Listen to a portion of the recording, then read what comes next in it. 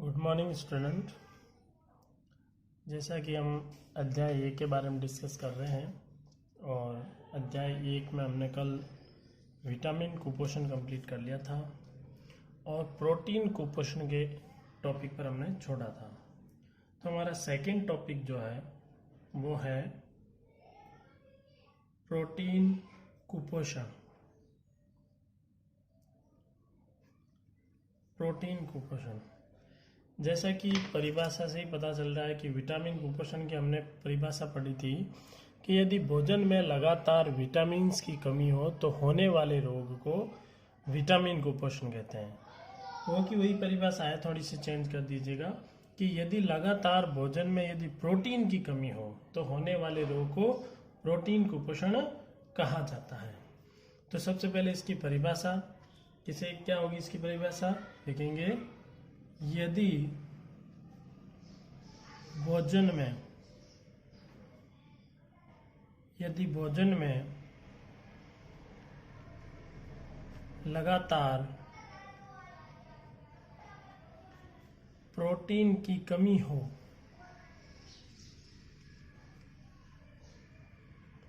यदि भोजन में लगातार प्रोटीन की कमी हो तो होने वाले रोग को प्रोटीन कुपोषण कहा जाता है। यानी कि यदि भोजन में लगातार जो हमारा एक अवयव है भोजन का प्रोटीन, उसकी लगातार कमी पाई गई तो इससे जो रोग होगा वो होगा प्रोटीन कुपोषण। अब प्रोटीन कुपोषण जो रोग होता है इसके जो मुख्य रूप से कारण देखा जाए तो क्यों होता है भाई, भोजन में प्रोटीन की कमी क्यों है?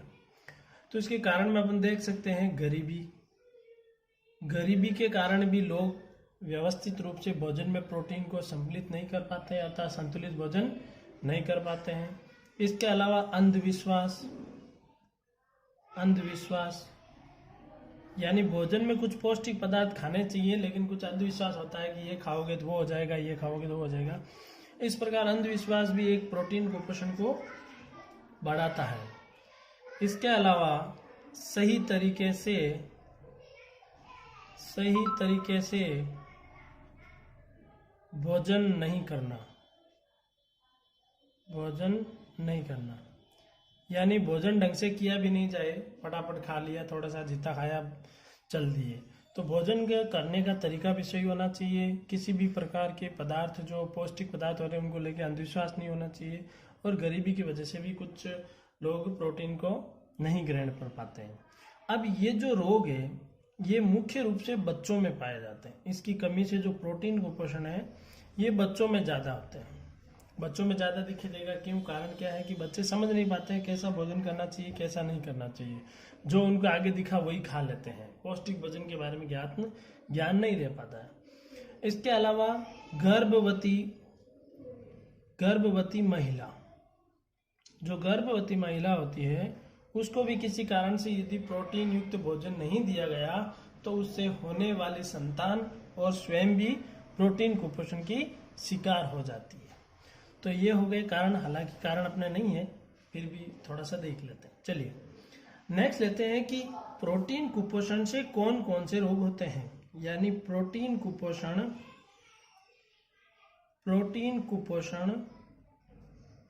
से रोग। अब प्रोटीन कुपोषण से कौन कौन से रोग होंगे? तो पहला रोग जो है वो है क्वाशियोरकार।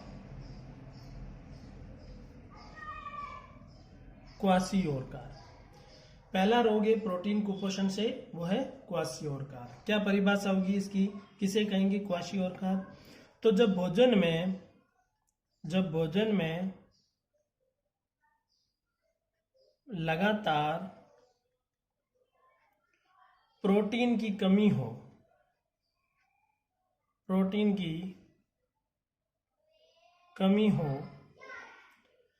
तो होने वाला रोग क्वाशियोरकार कहलाता है। यानी यदि भोजन के अंदर शुद्ध रूप से प्रोटीन की ही कमी हो अन्य पदार्थों को छोड़कर, तो जो होने वाला रोग होगा वो होगा क्वासियोर का। अब क्वासियोर का रोग में क्या क्या होता है, अगर इसके लक्षण देखेंगे तो इसके लक्षणों में पहले बात करूं मैं, तो ये जनरली मैंने अभी बताया आपको कि ये जो रोग हैं ये जनरली बच्चों में होते हैं। तो क्या होगा, बच्चे का पेट फूलना, यानी कि बच्चों का इसमें पेट फूल जाता है प्रोटीन की कमी से, यानी क्वासियोर का लक्षणों में पेट फूल जाना, भूख कम लगना, भूख कम लगना। इसके अलावा और देखा जाए तो स्वभाव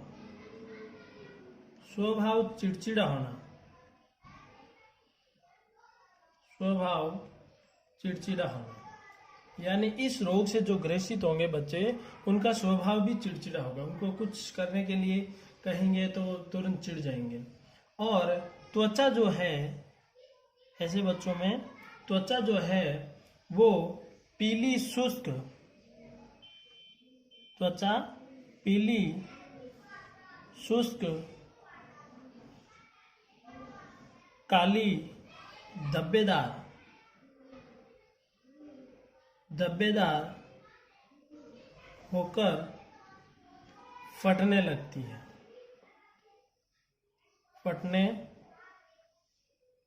है, यानी त्वचा जो है वो पहले धीरे धीरे पीली पड़ती है, सूखने लग जाती है, उसके बाद में ये लगातार फिर प्रोटीन की कमी रहेंगे, त्वचा पूरी काली पड़ जाएगी और धब्बे हो जाएंगे काले काले और त्वचा फटने लग जाएगी।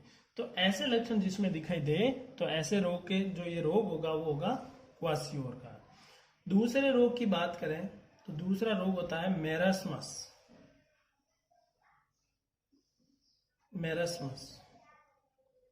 मेरस्मस रोग में क्या होगा, देखिए अब ये रोग जो था क्वासियोर का, वो भोजन में लगातार प्रोटीन की कमी के कारण होने वाला रोग था। मेरस्मस में क्या होगा, भोजन में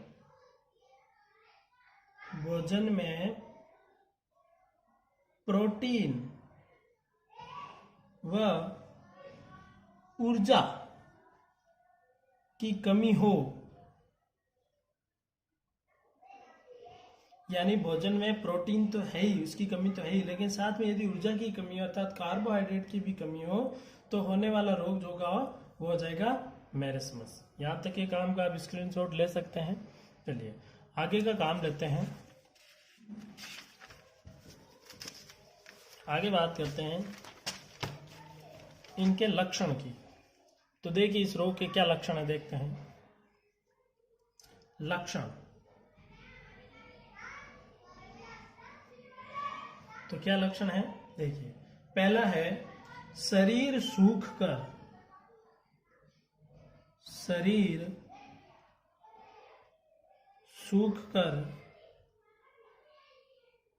दुर्बल हो जाना, शरीर बिल्कुल सूख जाता है, हड्डियां तक दिखने लग जाती है और बहुत ही कमजोर हो जाता है इसमें बच्चा। तो शरीर सूखकर दुर्बल हो जाना। इसके अलावा आंखों की जो लालिमा होती है, यानी आंखें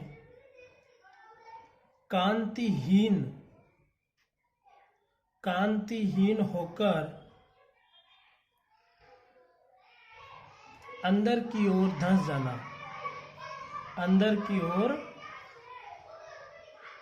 धंस जाना, यानी जो आंखें होगी वो कांतिहीन हो जाएगी। कांतिहीन का मतलब ये है कि आंखों की जो चमक है वो लगभग समाप्त हो जाएगी और आंखें बिल्कुल छोटी छोटी हो जाएगी, अंदर धंस जाएगी। तो ऐसे रोगों को कहेंगे मेरस्मस। देखिए अब इसमें देखा जाए तो जो बच्चा है जो वो मेरस्मस रोग से अगर ग्रसित होगा तो वो दुर्बल हो जाएगा, इसके अलावा कांतिहीन होकर अंदर धंस जाएगी आंखें। तो नाम ही छोटा है तो शरीर भी इसका दुर्बल हो जाता है। जैसे कि हमने देखा था क्वासियोर में नाम भी बड़ा है, इसलिए बच्चे का पेट भी फूल जाता है, थोड़ा मोटा जैसा हो जाता है और त्वचा जो है पीली काली शुष्क धब्बेदार होकर फटने लगती है। ठीक है, इसके लक्षण भी ज्यादा है क्योंकि नाम बड़ा है, तो इसके शरीर में भी बहुत सारे लक्षण दिखाई देते हैं। नाम छोटा है तो आप ऐसे याद रख सकते हो, प्रोटीन प्लस ऊर्जा, और इसके अलावा शरीर सूखकर, दो इसके हैं वो लक्षण। एक तो शरीर सूखकर दुर्बल हो जाता है और दूसरा आंखें कांतिहीन होकर अंदर धंस जाती है। चलिए अगला पॉइंट लेते हैं, ये रोग यहीं पर फिनिश होता है, यानी प्रोटीन कुपोषण हमने कंप्लीट पढ़ लिया। अब रूपरेखा में हमारा जो थर्ड पॉइंट है, मैं आपको एक बार वापस बता देता हूँ। सबसे पहले हमने फर्स्ट पढ़ा था संतुलित तथा असंतुलित भोजन, उसके बाद हमने दूसरा लिया था प्रोटीन कुपोषण। अब हम थर्ड लेते हैं, उसके अंदर पहला था विटामिन कुपोषण, उसके बाद सेकंड प्रोटीन कुपोषण, और अब थर्ड जो ले रहे हैं वो है खनिज कुपोषण। यानी कि व्यक्ति में यदि खनिज तत्वों की कमी हो, खनिज कुपोषण, परिभाषा बिल्कुल वेरीफाई है। जैसे कि हमने प्रोटीन के लिए पढ़ा था, जब भोजन में प्रोटीन की कमी हो तो होने वाला रोग प्रोटीन कुपोषण।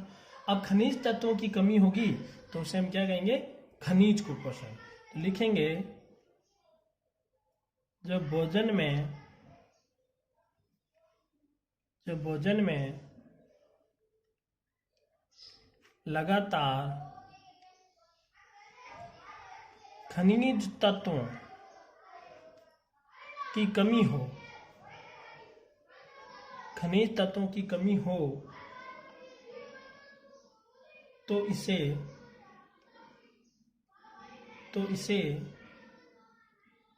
खनिज कुपोषण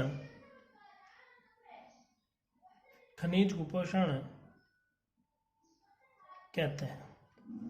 ये देखिए खनिज कुपोषण में से 2019 में एक क्वेश्चन आया हुआ है, तो इस हिसाब से देखा जाए तो ये पॉइंट थोड़ा सा इंपॉर्टेंट है, क्योंकि 1 नंबर का क्वेश्चन इनमें से बनता है।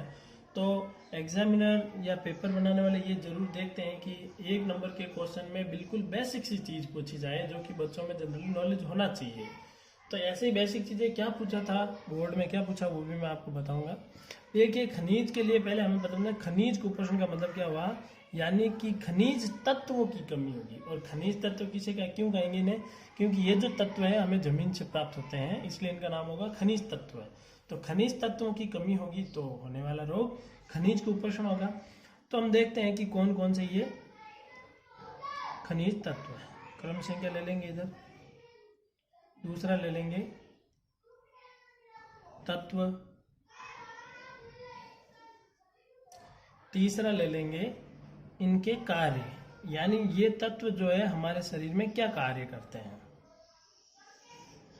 और अगला पॉइंट लेंगे कि यदि इन तत्वों की हमें कमी हुई तो इनकी हम पुनः पूर्ति कैसे कर सकते हैं, यानी कि इनके स्रोत क्या है, ये हमें कहाँ कहाँ से प्राप्त होंगे।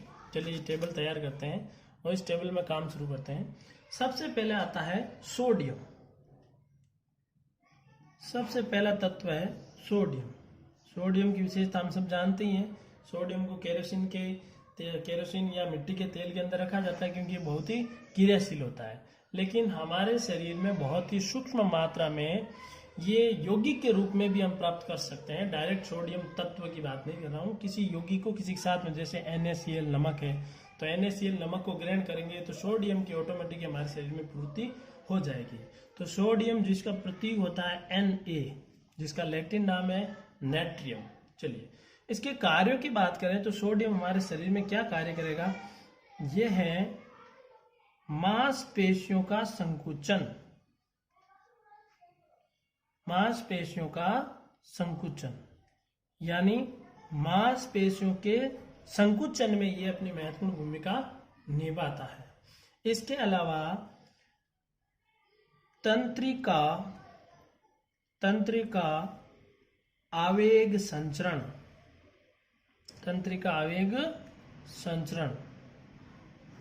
तंत्रिका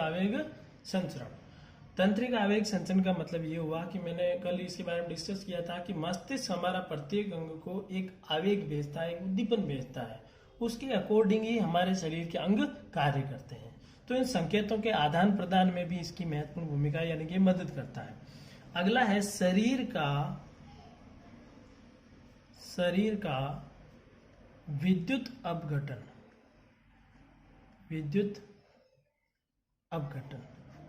इसका मतलब समझिए, इसका मतलब ये हुआ कि हमारे शरीर में ऐसे बहुत सारे पदार्थ होते हैं जिनको आवेगों द्वारा या उद्दीपनों द्वारा, उद्दीपन जो होते हैं ये बहुत ही कम वोल्टेज का हल्का सा करंट होता है, विद्युत धारा होती है, जिन्हें हम आवेग कहते हैं।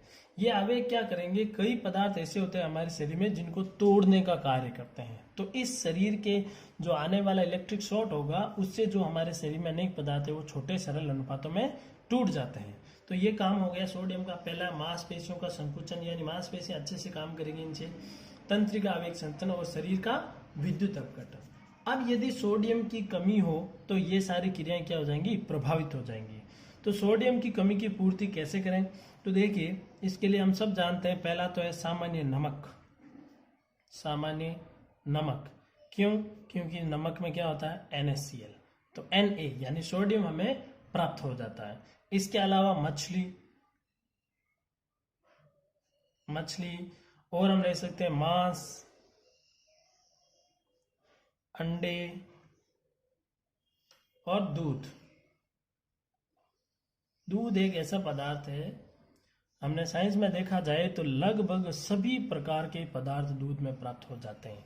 यानी हमारे शरीर के लिए आवश्यक अनेक सारे पदार्थ जो हमें दूध के रूप में दूध से प्राप्त हो जाते हैं। इसलिए दूध तो शरीर के लिए बहुत ही फायदेमंद है। इसलिए छोटे बच्चों को जनरली दूध का तो सेवन कराना ही चाहिए चाय की जगह। चलिए, तो पहला हो गया अपना, क्योंकि सोडियम सामान्य नमक NaCl होता है। मछली जो है ये तो समुद्र में रहती है, खारे पानी का ही सेवन करती है, तो इसमें सोडियम की मात्रा ज्यादा होती है। मांस, अंडे और दूध। चलिए अगला लेते हैं दूसरा, पोटेशियम। पोटेशियम का प्रतीक होता है के इसलिए है क्योंकि इसका लैटिन नाम होता है केलियम। तो केलियम को ही हमारे सामान्य भाषा में नाम दे दिया गया पोटेशियम। तो देखिए पोटेशियम का हमारे शरीर में क्या काम होता है। पोटेशियम का ही कार्य वही है लगभग, पहला तो अपन ये देख सकते हैं, मांसपेशियों का संकुचन, यानी एक तो कार्य ये करेगा ही जो सोडियम भी करता है, उसमें मदद करता है। दूसरे की बात करें तो ये विभिन्न कोशिकीय क्रियाओं, यानी कोशिका के अंदर जो क्रियाएं होती है,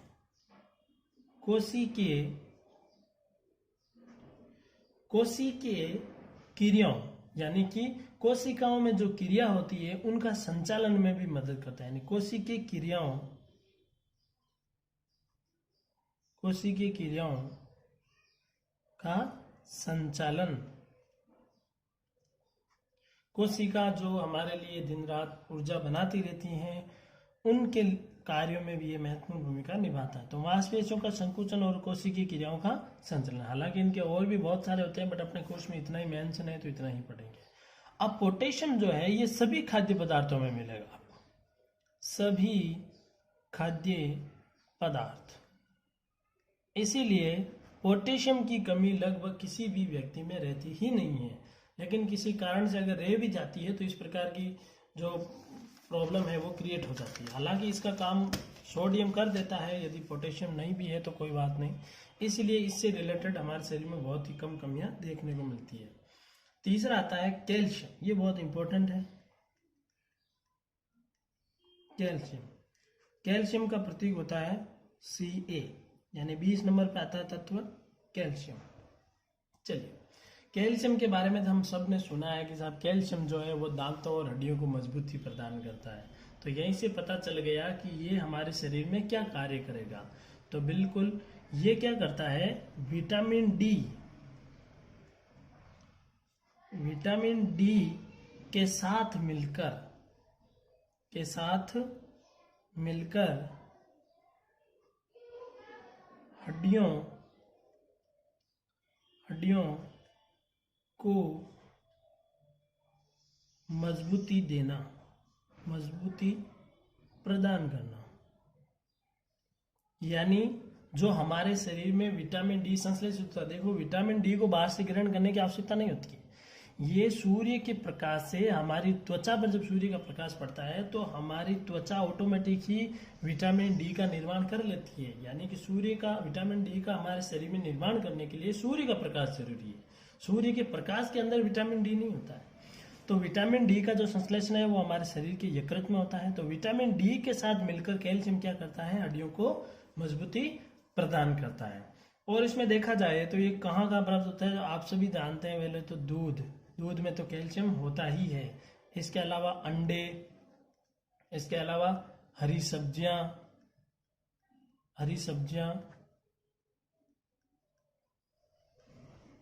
आदि।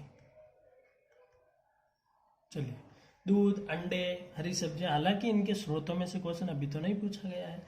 हाँ, अब बोर्ड में क्या पूछा गया है वो भी मैं आपको बता देता हूँ, आगे आएगा। 4th नंबर पे आता है फॉस्फोरस।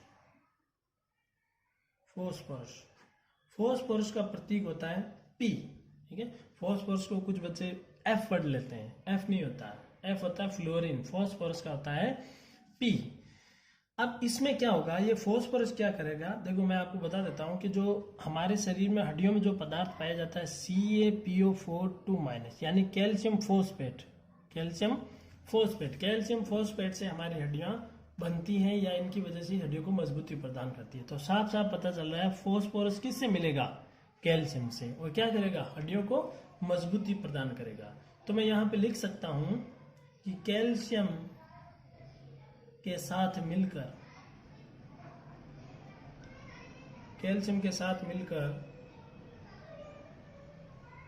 हड्डियों को मजबूती देना, यानी कैल्शियम के साथ फॉस्फोरस मिल जाता है और हड्डियों को मजबूती प्रदान करता है। अब ये देखा जाए इनके स्रोतों के बारे में, तो इनके स्रोत वही हैं लगभग, दूध ले सकते हैं, हरी सब्जियां, ठीक है, हरी सब्जियां, दूध, हरी सब्जियां, इसके अलावा बाजरा में भी बहुत ज़्यादा फॉस्फोरस पाया जाता है। इसके अलावा सूखे मेवे, यकृत, जीवों का जो यकृत होता है वहां पे फॉस्फोरस बहुत ज़्यादा पाया जाता है। क्यों? क्योंकि ये कैल्शियम के साथ में अभिक्रिया करने के लिए विटामिन डी हमारे यकृत में बनता है, तो वहां पे क्रिया करने के लिए यही वहीं पर यकृत में ही इकट्ठा होता है। चलिए, इसका स्क्रीनशॉट ले सकते हैं आप।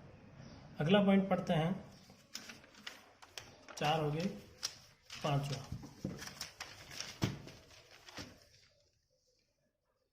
5वां पॉइंट लेते हैं।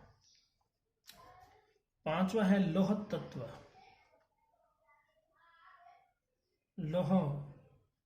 तत्व या फिर आयरन या फिर फेरम।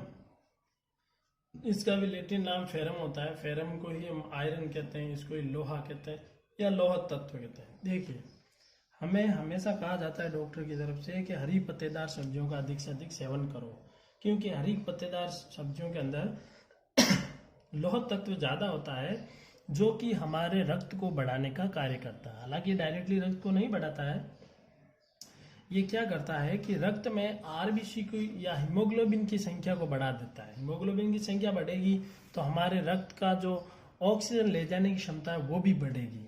तो इसमें देखा जाए कार्य, तो ये रुधिर में रुधिर में हीमोग्लोबिन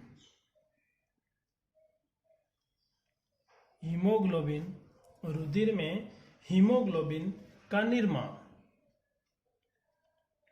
हीमोग्लोबिन का एक तो निर्माण करता है। इसके अलावा उत्तकों में ऑक्सीकरण,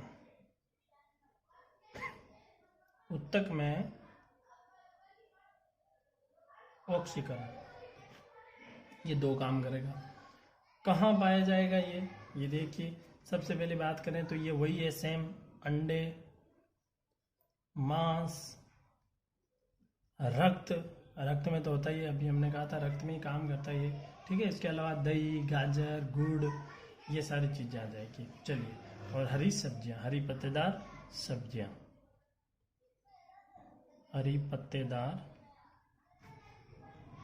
सब्जियां, चलिए ओके। यहां से देखो क्वेश्चन ये पूछा था बोर्ड 2019 में, ये पूछा था कि कौन सा तत्व जो होता है वो शरीर में हीमोग्लोबिन के निर्माण में सहायक है। तो यहाँ पर इसका जवाब होगा लौह तत्व। अब लौह तत्व अगर पूर्ण रूप से नहीं मिलेगा तो हीमोग्लोबिन की कमी हो जाएगी। हीमोग्लोबिन की कमी से शरीर सफ़ेद पड़ने लग जाता है, रक्त की कमी आ जाती है। तो इसकी कमी से जो रोग है वो है एनीमिया, यानी लौह तत्व की कमी से हीमोग्लोबिन में कमी आ जाती है और इसकी वजह से जो रोग उत्पन्न होता है वो है एनीमिया। चलिए 6th नंबर पे बात करते हैं, लास्ट आता है वो है आयोडीन। आयोडीन, चलिए आयोडीन का प्रतीक होता है आई। अब ये आयोडीन जो है ये क्या करता है, हम शुरू से सुनते हैं, छोटी क्लासों में टीचर्स ने बताया है कि भाई आयोडीन युक्त नमक का प्रयोग करना चाहिए। टीवी वगैरह में एडवर्टाइज भी आता है कि आयोडीन युक्त नमक का प्रयोग करना चाहिए। आयोडीन युक्त क्यों, यानी उस नमक के अंदर आयोडीन तत्व जो है वो मिलाया जाता है। आयोडीन का मुख्य रूप से काम क्या होता है, आयोडीन हमारे जो गले में थायराइड ग्रंथि पाई जाती है, थायराइड ग्रंथि से थायरोक्सिन हार्मोन के निर्माण हेतु आयोडीन आवश्यक है। अब जब थायरोक्सिन हार्मोन का निर्माण होगा तो वो किसकी उपस्थिति में होगा, आयोडीन की उपस्थिति में होगा। यदि आयोडीन हमें लगातार शरीर में यकृत थायराइड ग्रंथि को नहीं मिलता है तो उसे जो थायरोक्सिन हार्मोन है उसका निर्माण नहीं हो पाता है। तो काम बिल्कुल साफ हो गया इसका, थायरोक्सिन हार्मोन निर्माण में, थायरोक्सिन हार्मोन निर्माण में। अब यहां पर आपको एक बात और ध्यान रखनी है, यदि किसी भोजन में या किसी अपन आयोडीन का पूर्ण रूप से उपयोग नहीं कर पाते हैं तो आयोडीन की कमी हो जाती है। आयोडीन की कमी से थायरोक्सिन हार्मोन का निर्माण नहीं हो पाता है। तो थायरोक्सिन हार्मोन का निर्माण नहीं हो पाता है तो थायराइड ग्रंथि जो है अधिक से अधिक आयोडीन को भोजन में से अवशोषित करने के लिए अपने आकार में वृद्धि करती है और आकार में वृद्धि करने के कारण हमारा जो गला है वो फूल कर बाहर लटकने लग जाता है। तो इस रोग को कहा जाता है गेंगा। गेंगा कह दीजिए, चाहे तो गलगंड कह दीजिए, और अंग्रेजी में इसको गोइटर भी कहते हैं। गेंगा, गलगंड और गोइटर, इस रोग की क्या पहचान है, गला फूलकर बाहर आ जाता है। तो यहाँ पे ये भी आप ध्यान रखिएगा कि आयोडीन की कमी से कौन सा रोग होता है, गलगंड रोग होता है। अब इनके स्रोतों की बात करें तो स्रोत में वही नमक है, नमक में तो आयोडीन होता ही, आप अभी बताया मैंने जस्ट आपको। इसके अलावा समुद्री भोजन है, समुद्री भोजन है, हरे पत्तेदार सब्जियां हैं, हरे पत्तेदार सब्जियां, हरे पत्तेदार सब्जियां हो गई। इसके अलावा लवण, यानी आयोडीन से बने हुए जो लवण होते हैं उनमें आयोडीन तो होगा ही। तो ये हो गया कंप्लीटली, आज हमने पढ़ लिया है प्रोटीन कुपोषण और खनिज कुपोषण। यहाँ से बोर्ड 2019 में क्वेश्चन पूछा गया है। चलिए अगला पॉइंट जो हमारा रहेगा मुख्य हेडिंग दूसरा, मानव स्वास्थ्य। यानी कि हमने रूपरेखा में देखा था कि पहला पॉइंट जो था संतुलित असंतुलित भोजन, उसके अंदर 3 पॉइंट आए थे, विटामिन कुपोषण, प्रोटीन कुपोषण, खनिज कुपोषण। ठीक है, यहाँ से 1 नंबर का क्वेश्चन ही बनने का चांस रहते हैं। मानव स्वास्थ्य जो है यहाँ से 3 नंबर का क्वेश्चन बनने के चांसेस रहते हैं। और हालांकि क्वेश्चन आए हुए भी, इसमें हमने पहला ही पॉइंट पढ़ा था कि पीने योग्य जल के गुण रूपरेखा में है, तो वहीं से भी क्वेश्चन आया हुआ है। 2018 में सप्लीमेंट्री एग्जाम में ये क्वेश्चन पूछा गया है। तो ये पॉइंट जो हम लेंगे कल। चलिए आज की सभा को यही समाप्त करते हैं। जय हिंद, जय भारत।